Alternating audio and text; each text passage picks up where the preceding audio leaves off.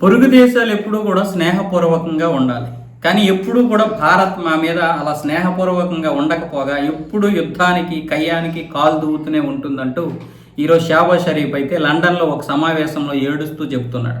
భారతదేశం ఇప్పటి వరకు మాతో 4 యుద్ధాలు చేసింది. ఈ 4 యుద్ధాల్లో కొన్ని బిలియన్ డాలర్లు ఖర్చు అయ్యాయి. అదే గనుక యుద్ధం చేయకపోతే ఆ బిలియన్ డాలర్లు పాకిస్తాన్ ప్రజల మీద ఖర్చు పెట్టేవాళ్ళం కదా అంటున్నాడు. అంటే భారతదేశం వల్లే పాకిస్తాన్ పరిస్థితి ఇలా ఉంది అనేది అతని యొక్క ముఖ్య ఉద్దేశం. కానీ ప్రపంచానికి తెలుసు లేదు పక్కన పెడితే భారతదేశం గురించి ప్రపంచానికి తెలుసు కదా. సరే, భారతదేశం గురించి పాకిస్తాన్ గురించి ప్రపంచానికి తెలియదు అనుకుందాం. మరి ఈ ముష్టోడు ఏం చేశాడు ఇన్ని రోజులు? భారతదేశం మీద యుద్ధానికి ఎవడు ఉసుగొలిపాడు? ఉగ్రవాదాన్ని పెంచకండిరా, ఉగ్రవాదాన్ని పెంచి పోషించినంత వరకు మీరు బాగుపడరని భారతదేశం అంటే మరి వీళ్ళు ఎందుకు విడిచిపెట్టరు దాన్ని? ఎందుకు అంటే వీళ్ళకి ఫండింగ్ వచ్చేది అదే. ప్రపంచానికి ఈ రోజు పాకిస్తాన్ గురించి పూర్తిగా తెలియకపోయినా పాకిస్తాన్ యొక్క సైన్యం గురించి అందరికీ తెలుసు. ఈ డబ్బు మొత్తం ఎక్కడికి వెళ్తుందంటే పాకిస్తాన్ సైన్యంకే వెళ్తుంది. ఉగ్రవాదులు ఇచ్చే ఫండింగ్ వాళ్ళే, ఎందుకంటే సగం మంది ఉగ్రవాదులు సైన్యంలో ఉంటారు.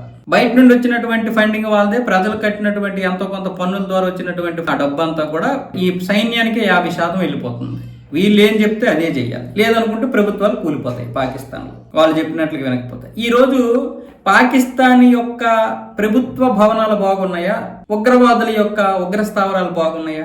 దౌరా ఈ సుఫా వాళ్ళ యొక్క పేరు, దౌరా ఈ సుఫాలు బాగుంటాయి వాళ్ళవి. అంటే ఉగ్ర సంస్థ, ఉగ్ర శిక్షణ ఇచ్చేటటువంటి ఆ సంస్థలు మీరు చూసుకున్నట్లయితే 100 ఎకరాల్లో పెద్ద పెద్ద భవంతులు కట్టి ఉంటారు. దానికి మళ్ళీ సెక్యూరిటీ, సేఫ్టీ ఎన్నో ఉంటాయి. మీరు ఒక పాకిస్తాన్ పార్లమెంట్ తీసుకోండి, లేదనుకుంటే ఒక ఉగ్ర స్థావరం తీసుకోండి. ఉగ్ర స్థావరమే నెంబర్ 1 ఉంటుంది. ఎందుకుంటాయి?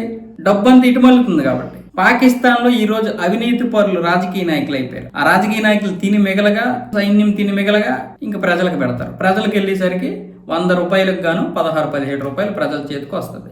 అందుకే చైనా మొన్న గడ్డి పెట్టింది. మీరు బాగుపడాలనుకుంటే ఇతర దేశాల మీద కాదు, మీరు కూడా అవినీతి చేయడం మానేయండి. మీరు కూడా కొంచెం డబ్బుని 100 రూపాయలకు కనీసం 40 రూపాయలైనా దేశం మీద పెట్టండి, లేకపోతే మీరు ఇలాగే అయిపోతారంటూ ఏదో పాకిస్తాన్ డెవలప్ అవ్వడం దానికి ఇష్టం లేదు. కానీ ఏదో ఒక సలహా చెప్పాలని చెప్పింది. అందుకే ఇప్పుడు అక్కడ ఎలక్ట్రానిక్ బస్సులు ఇచ్చింది చైనా. డబ్బులు తీసుకుని వెళ్ళండి, ఫ్రీగా ఇవ్వదు కదా. డబ్బులు తీసుకుని ఎలక్ట్రానిక్ బస్సులు ఇస్తే వీళ్ళు కోతికి కొబ్బరి చేప దొరికినట్లుగా వాటిని తిప్పుతున్నారు అక్కడ. ఇదే ఇక పాకిస్తాన్ డెవలప్మెంట్ చూడండి అన్న విధంగా తిప్పుతా ఉన్నారు.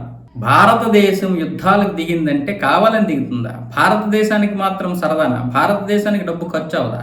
అయితే అనవసరంగా 1971లో మాత్రం అది అనవసరమైనటువంటి యుద్ధమే. దానివల్ల ఇందిరాగాంధీ గారికి పాకిస్తాన్ పెంచి పోషించారు. ఎందుకంటే తెలివిగా బంగ్లాదేశ్ వచ్చేసి పాకిస్తాన్ నుంచి విడగొట్టి వాళ్ళకి ఉన్నటువంటి అంతర్గత సమస్యలు తీర్చేశారు. ఇంకా అంతర్గత సమస్యలు లేవు. వాళ్ళు అభివృద్ధి చెందారు, వీళ్ళు ఎంతో కొంత తిన్నారు. అదే అంతర్గత సమస్యలు ఉంటే బంగ్లాదేశ్ అంటే అప్పుడు తూర్పు పాకిస్తాన్, పశ్చిమ పాకిస్తాన్ కొట్టుకునేవి కదా, అవి ఇప్పటికి అలాగే ఉండేవి కదా. ఇక మన మీదకి రావడానికి టైం ఉండేది కాదు కదా. పైగా ఈవిడ 93,000 సైన్యాన్ని లొంగ తీసుకొని, అంటే మన భారత సైన్యం లొంగ తీసేసింది, ఓడించేసింది. ఓడించినప్పుడు ఏం చేయాలి? పంపించేయాలి కదా. కానీ 93,000 సైన్యాన్ని ఇక్కడ పెంచి పోషించింది 3 నెలలు. ఆ సమయంలో మన సైన్యం 15,000 స్క్వేర్ కిలోమీటర్ల భూభాగాన్ని ఆక్రమిస్తే ఆ భూభాగాన్ని సంవత్సరం తర్వాత మళ్ళీ ఇచ్చేశారు ఈవిడ ఇందిరాగాంధీ. 93,000 సైన్యాన్ని 3 నెలలు పెంచి పోషించిందంటే పాకిస్తాన్కి ఎంత లాభం? ఇదంతా తెలివిగా జరిగినటువంటి విషయం. ఇదే మాట మాట్లాడితే ఆ రోజు ఇందిరాగాంధీని విమర్శించేంత మొగోడు అయిపోయేవా నువ్వు? నిన్నగాక మొన్న పుట్టేవని నన్ను అడుగుతున్నారు అందరూ. మరి ఇదే విషయాన్ని నేను అడుగుతున్నాను కదా. నేను ఈ దేశంలో పుట్టినటువంటి వాడిని, నేను అడిగే హక్కు నాకు ఉంటుంది. లాజిక్ గానే అడుగుతున్నాను. 93,000 సైన్యాన్ని ఎందుకు నువ్వు 3 నెలలు పెంచాలి? ఎవరి సొమ్ముతో పెంచాలి? ఈ భారతదేశ ప్రజలు కట్టినటువంటి సొమ్ముతో వాళ్ళని మనం పెంచాల్సినటువంటి అవసరం ఏముంది? సరే, దానివల్ల ఏంటి ఉపయోగం? 93,000 సైన్యాన్ని 3 నెలలు ఉంచుకోవడం ఏంటి ఉపయోగం? 15,000 స్క్వేర్ కిలోమీటర్ భూభాగాన్ని ఎందుకు ఇచ్చేయాలి నువ్వు? బంగ్లాదేశ్ దగ్గర ఉన్నటువంటి చికెన్ నెక్ ఏదైతే ఉందో ఈ రోజు అది 22 కిలోమీటర్ల వెడల్పులో ఉంది. ఎంత ప్రమాదకరమైనటువంటి పరిస్థితుల్లో ఉంది. ఆ మొక్క తెగిపోతే మొత్తం 8 రాష్ట్రాలు పోతాయి. ఆ మొక్క తెగిపోవడానికి ఇప్పుడు చైనా ప్లాన్ చేస్తుంది, బంగ్లాదేశ్ ప్లాన్ చేస్తుంది. ఆ రోజే మనకి 160 కిలోమీటర్ల వెడల్పు ఉన్నటువంటి పెద్ద భూభాగం మనకు వస్తే ఆవిడ కూడా దానికి త్యాగం చేసి ఇచ్చేసింది. అంటే ఏంటి? రేపు పొద్దున ఏదో ఒక రోజు 8 రాష్ట్రాలు సపరేట్గా ఒక దేశం అయిపోయినా పర్వాలేదులే మన నుంచి విడిపోయి అనే ఉద్దేశంతో చేసింది ఆవిడ. ఆ యుద్ధంలో మాత్రం జరిగినటువంటి నష్టం మనకే ఎక్కువ.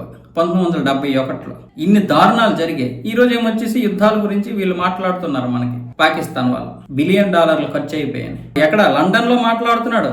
మన ఇందాక మీకు వీడియోలో చూపించాను కదా, కశ్మీర్ సమస్య ఎలాగైనా పరిష్కారం చేస్తాం, కశ్మీర్ మాదే అంటున్నాడు కదా. అందుకే రాహుల్ గాంధీ మేము గెలిస్తే 370 అమలు చేస్తాం అంటున్నాడు. అంటే వీళ్ళందరూ ఒకటే నేను అదే చెప్తున్నాను, కాంగ్రెసే పెంచి పోషించింది 2014 వరకు. అందుకే పాకిస్తాన్ 2014 తర్వాత దివాలా తీసింది. ఏం కంపెనీలు పోనాయని దివాలా తీసింది? అప్పటి వరకు ఏం కంపెనీలు ఉన్నాయని బాగా బ్రతికేసింది? మీరు చెప్పండి. మనం పెంచి పోషించడమే కదా. ఈ కాంగ్రెస్ ప్రభుత్వమే ఆ రోజు పెంచి పోషించలేదా విపరీతంగా? లాజిక్